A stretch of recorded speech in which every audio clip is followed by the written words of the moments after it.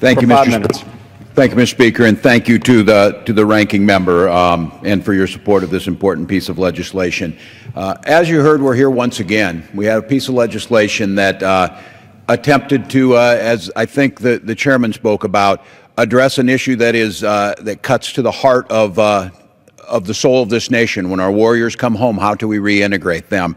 And I think it's important, and I want to thank the chairman, one, for working so diligently on many numerous issues, but on this piece of legislation, and for bringing it back up again. But I think also for setting an example. The nation expects us to do what's right by our warriors. They expect us to work together to find solutions. And it's an important point, something that we do in the committee, is looking and seeing where we can improve and pointing out where there's faults. But that's not good enough. Pointing out the faults is one thing, and it's important.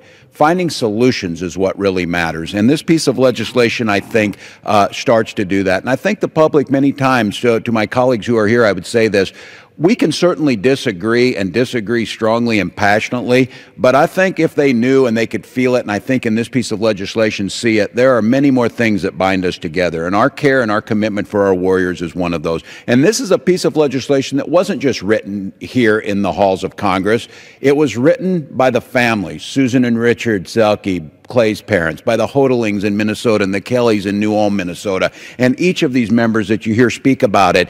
Since we passed this legislation and it failed in the Senate, over 750 veterans have taken their lives. Many times down here, we feel like everything we do is the most important things and needs to happen now. Rarely is that true. In this case, it is. We can't wait another day. We can't pass this problem forward because it's not only ripping at families, it's ripping at our nation. These are our best and brightest. You heard about Clay. Clay's a Marine who went to Iraq. He got shot by a sniper, and as a Marine, that irritated him. It didn't hurt him. He came back. He kept his Purple Heart, but he could have said, come back and taken our thank yous. He didn't. He went to Afghanistan to continue on. He knew the extremism that was threatening Iraq and Afghanistan would someday threaten this nation, so he was forward. He did his time. After he came back, that wasn't enough. He went to Haiti to help. After that, that wasn't enough. He sat in our offices on numerous occasions, working on everything to access to the VA, to the things you heard the gentlelady talk about in Indiana that were causing frustration amongst our veterans.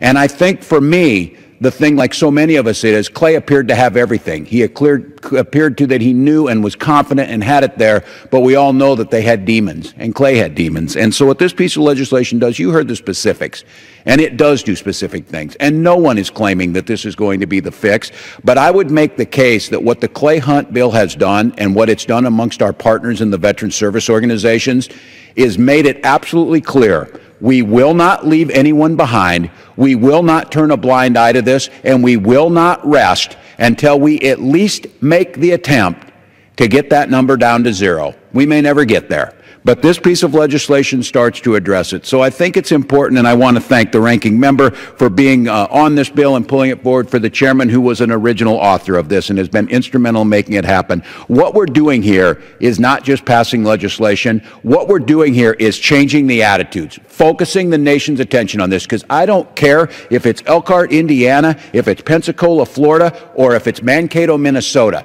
When we go to talk to our constituents, regardless of their political leanings, they tell us, take care of our warriors, do what's right, fix the system. And this piece of legislation does that. It does it in a cost-effective, smart manner, and we've got the opportunity to start moving forward. And I would say and encourage my colleagues, let's pass this thing, but let's not see it as an end result of a process we've been working on. Let's see it as the first of many things to try and make changes, to be smarter about how we use taxpayer dollars, but also to demand effectiveness, because Clay's parents deserve that. Thousands of others across this nation deserve that, and the more than 1 million veterans that will return over the next few years are counting on us to put everything in place to provide that help. So I encourage my colleagues, support this legislation. I encourage my colleagues, take this as an example, and I want to thank Speaker Boehner and Majority Leader McCarthy for making it a priority. I think it speaks volumes. This piece of legislation is on the floor in the first week. That says something, that there's a commitment to getting it right, there's a commitment to working together, and there's a commitment to showing effectiveness for the American people. And so we've got that opportunity. I ask my colleagues to support this legislation, get engaged with what's happening with our veterans, and let's prove that their service was not in vain, that this democracy is strong, that our commitment to them is unwavering, and that at the end of the day, that's what really matters. With that, I yield back. The gentleman yields back.